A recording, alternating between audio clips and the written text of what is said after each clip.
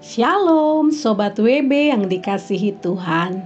Renungan Harian Wanita Bijak pada hari ini, Jumat 30 Mei 2025, berjudul Konflik Batin Melawan Kedagingan.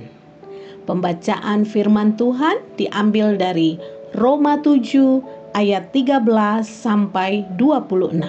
Roma 7 ayat 13 sampai 26. Sebelum membaca firman Tuhan, mari kita bersatu dalam doa. Kami memuji kebesaran-Mu Bapa. Sungguh Engkau mulia dalam segala jalan-jalan-Mu. Di hari yang baru ini kami datang penuh kerinduan untuk menerima hidangan rohani yang Bapa siapkan untuk kami renungkan hari ini. Berbicaralah Bapa, sebab kami anak-anak-Mu siap merenungkan dan melakukannya dalam hidup kami setiap hari. Dalam nama Tuhan Yesus kami berdoa dan bersyukur. Haleluya. Amin. Sobat WB terkasih, mari kita membaca Roma 7 ayat 13 sampai 26. Beginilah bunyi firman Tuhan. Perjuangan hukum Taurat dan dosa. Jika demikian, adakah yang baik itu menjadi kematian bagiku?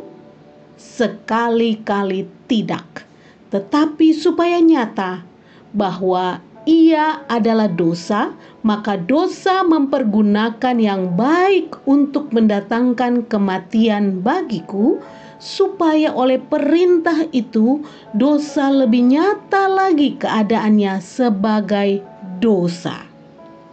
Sebab kita tahu bahwa hukum Taurat adalah rohani, tetapi aku bersifat daging, terjual di bawah kuasa dosa.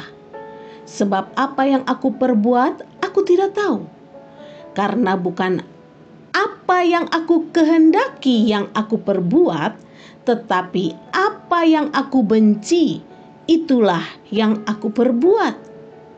Jadi jika aku perbuat apa yang tidak aku kehendaki, aku menyetujui bahwa hukum Taurat itu baik. Kalau demikian, bukan aku lagi yang memperbuatnya, tetapi dosa yang ada di dalam aku. Sebab aku tahu bahwa di dalam aku, yaitu di dalam aku sebagai manusia, tidak ada sesuatu yang baik. Sebab kehendak memang ada di dalam aku, tetapi bukan hal berbuat apa yang baik.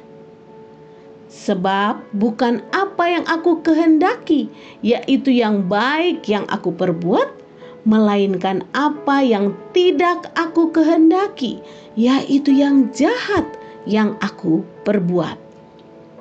Jadi jika aku berbuat apa yang tidak aku kehendaki, maka bukan lagi aku yang memperbuatnya, tetapi dosa yang diam di dalam aku. Demikianlah aku dapati hukum ini.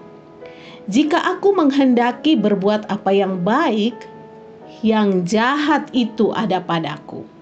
Sebab di dalam batinku, aku suka akan hukum Allah. Tetapi di dalam anggota-anggota tubuhku, aku melihat hukum lain yang berjuang melawan hukum akal budiku, dan membuat aku menjadi tawanan hukum dosa yang ada di dalam anggota-anggota tubuhku. Aku manusia celaka. Siapakah yang akan melepaskan aku dari tubuh maut ini? Syukur kepada Allah oleh Yesus Kristus Tuhan kita. Jadi dengan akal budiku aku melayani hukum Allah, tetapi dengan tubuh insaniku aku melayani hukum dosa. Sobat WB, demikianlah pembacaan firman Tuhan. Yang berbahagia adalah kita semua yang melakukan firman Tuhan dalam hidup kita setiap hari. Sobat WB terkasih, kita telah membaca firman Tuhan Roma 7 ayat 13 sampai 26.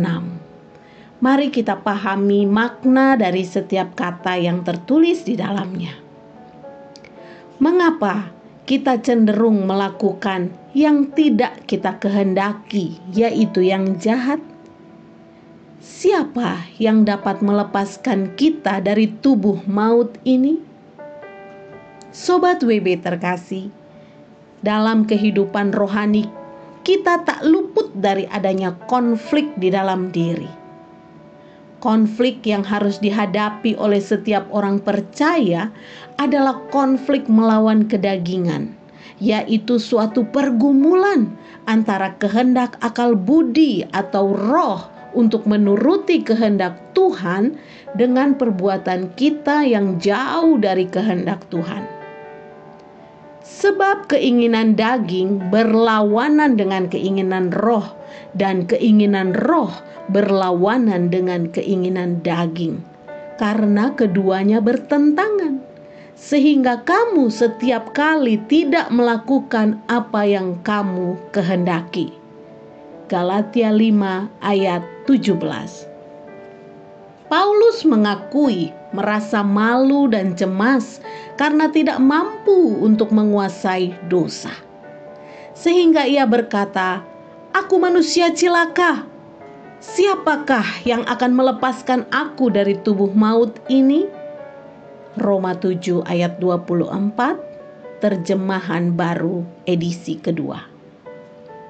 Sobat WB, mungkin kita mengalami konflik batin dalam diri kita untuk melawan kedagingan.